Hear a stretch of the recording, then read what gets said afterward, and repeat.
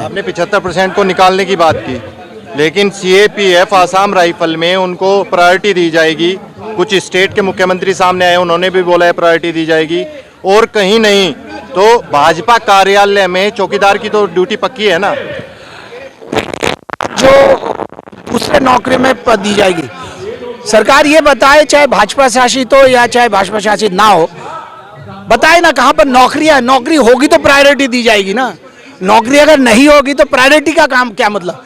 पिछले 3 साल में किसी भी सेक्टर के अंदर नौकरियां बहुत कम रही है। और इसके साथ और एक बात है, एक सर्विसमैन का जो सरकार का जो पिछले 6 साल का जो रिकॉर्ड है, एक सर्विसमैन को कहां का देखो लाइट जल रही है।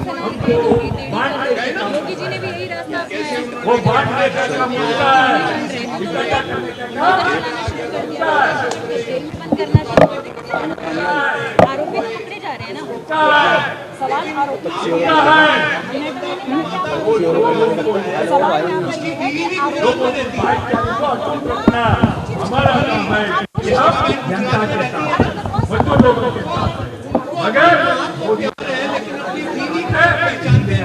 सबको ऐसे ही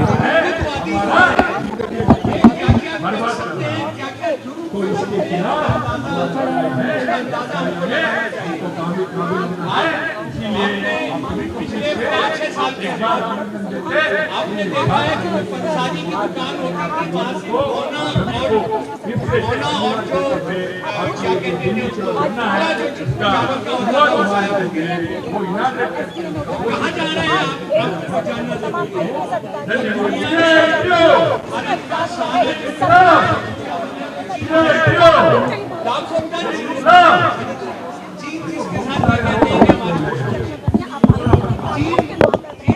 आप जानना आपने कहा कि आप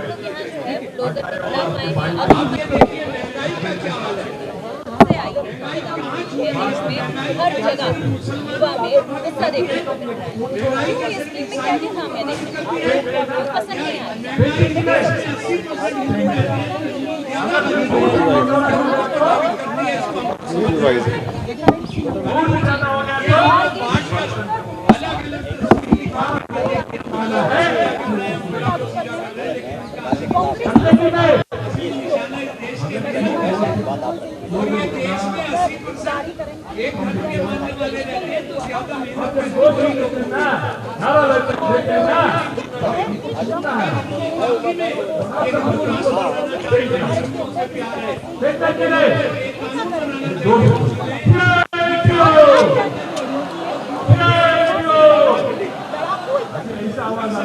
अभी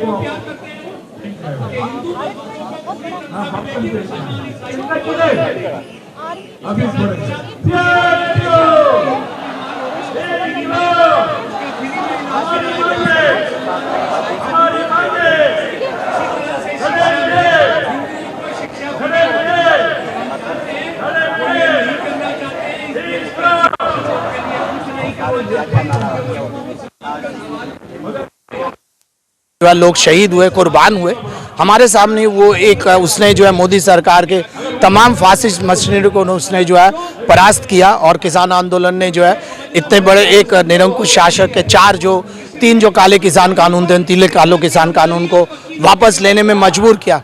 हमारा तो ये नौजवानों से यही आग्रह है, उनके परिवार के साथ संवेदना जताते हुए हम उन नौजवानों और तबके से यही हम आह्वान करेंगे कि आप इस तरह से अपने आप को ख़त्म मत करिए, एकता बनाइए।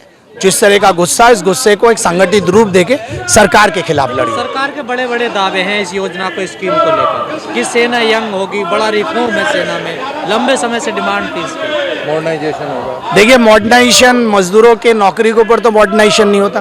दरअसल इस सरकार की जो हम कहते हैं सरकार की जो फ्लैगशिप है, इस सरकार की जो फ्लैगशिप DNA है, वो दरअसल ये जो तमाम लंबे लंबे वायदे किए जा रहे हैं, वो तमाम वायदे जो हैं देश के गरीब लोग, देश का मजदूर, देश के छात्रों के जो जीवन को जो है ना चैलेंज करके उसके जीवन को ख़त्म करके लंबे लंबे वायदे किए जा रहे हैं। नोटबंदी से लेके आप देखिए, नोटबंदी में हम लोगों ने यही देखा, CA में भी हम लोगों ने यही देखा और अग्निपथ पे भी हम लोग ये देख रहे हैं कि एक तबके को ख़त्म करके ये दिखाया जा रहा है कि हम लोग देश के लिए लंबे लंबे वायदे कर रहे हैं, देश के लिए हम लोग जो है ना तरक्की का जो झांसा दिखाया जा रहा है। दरअसल पब्लिक सेक्टर का जो पूरा सवाल खड़ा है, एयर इंडिया का जो पूरा सवाल खड़ा है, दरअसल कॉरपोरेट को मदद करने के लिए इस देश के जो है जो नौकरी पेशा करने वाले लोग हैं, उनको नौकरी को ख़त्म करके एक तबके को मदद की जा रही है। पर बड़े बड़े सेना के अधिकारी कह रहे हैं कि ये स्कीम वापस नहीं होगी सर। वो तो सरकार, क्योंकि आज तो एक परिस्थिति है, जब हम लोग देखते हैं कि कोविड था तो तब हम लोग देखते हैं कि मंत्री लोग जो है ना किस तरह से छिप गए और बाबा रामदेव से लेके AIMS के डायरेक्टर से लेके तमाम लोगों को सामने किया।